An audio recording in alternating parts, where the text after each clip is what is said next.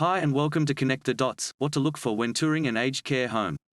Before you start, have a think about what the key needs and wants are for your loved one or for whom care is needed. There is a range of homes with a number of specialities, room types and proximity to ideal location. Have this prepared or at least discussed prior to your search.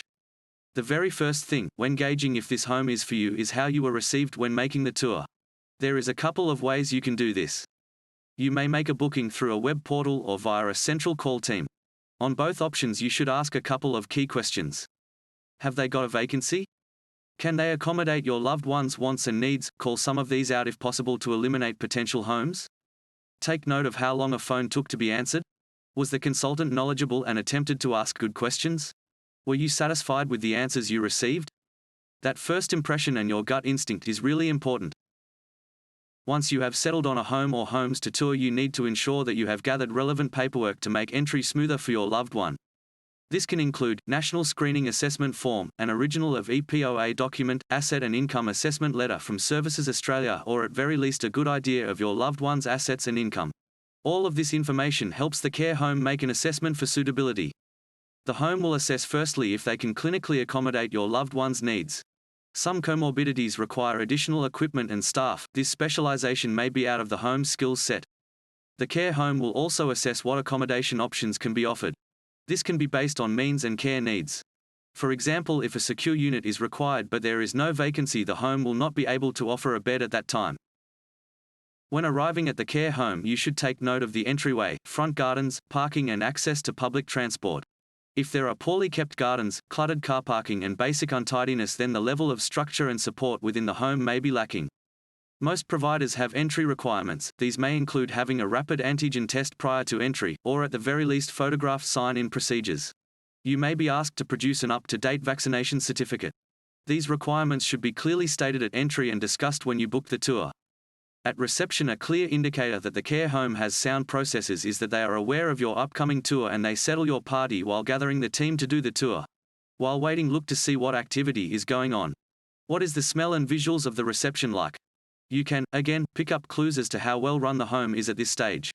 Clutter and mess in this location of the home will indicate the whole home is like this. Finally, take note of any staff and resident interaction. Most care homes will have their cafe areas near the reception. Before walking through the home, most consultants should sit you down for a brief chat to discuss what you are looking for and to confirm a few things. This is your chance to ask the following. Will we meet the care home manager today? Will we meet someone from the clinical team today? Can you tell me how care is performed in this home? What well-being activities are held here and how can I be informed about them? How do you communicate with me after my loved one is admitted? Can we see a menu and activity planner? These all seem very basic, but it will set the expectation of what you need to see. The bedroom is of course important, but the core reason for being there is how the care for clinical and social well-being is done will determine how good your time is at this home. During that first consultation, what you should receive in return, or at least feel, is the consultant understands what you are looking for. The consultant is asking questions about what you know about aged care and what your loved one likes to do. They discuss openly and with transparency processes and costs related to care. They highlight the features of the home that relate to your needs. This also includes you not being given the information that is not related to your loved one. For example, you are bringing mum into care and the consultant discusses men's shed. It shows they aren't listening or relating to your needs. Finally, as you set out for a walk through the care home, they have discussed that this is someone's home and dignity and respect should be given to all. Residents' spaces should not be encroached upon without their permission. As you walk through the home, there is some key areas to observe and ask questions at. Across the general home, you should see staff and residents interacting. Is there real connection or just a sterile environment? Do the residents seem happy and are there visible staff? Is the lighting good? Is the building maintained? Are there smells? This is a home and you can expect some of the aforesaid to be present. The thing to note is this across the care home or just isolated to one part? When entering a dining room, lounge or activity area, is it tidy? Is there engagement with residents and staff? Is there enjoyment? Can you see today's menu or speak to a care home chef? Food is extremely important to most people. Don't be afraid to ask to taste what's on offer to residents today. This is particularly relevant if your loved one has not been getting enough good food at home. When walking through to the bedroom areas, you should cross paths with a nurse's station or work area.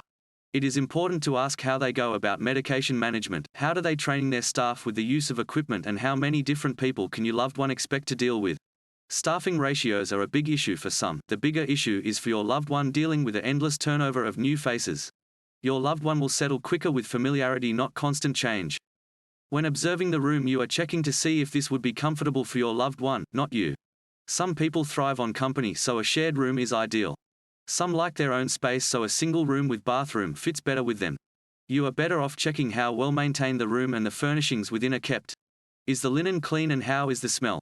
Make sure if access to gardens or common areas is important that you highlight this. Some homes may be able to accommodate you on these requests. Finally, discussion of the costs. Bottom line, there are costs when coming into care. The federal government cover only so much depending on the level of means. The consultant should be able to explain these clearly and simply. They should be able also tell you how they relate to the care home. What they can't do is provide you with financial advice. This should be done by a professional. We hope this gives you some idea of what to look for in a care home. As always, if you would like more information, contact us at www.ctd.o. Thank you and good luck.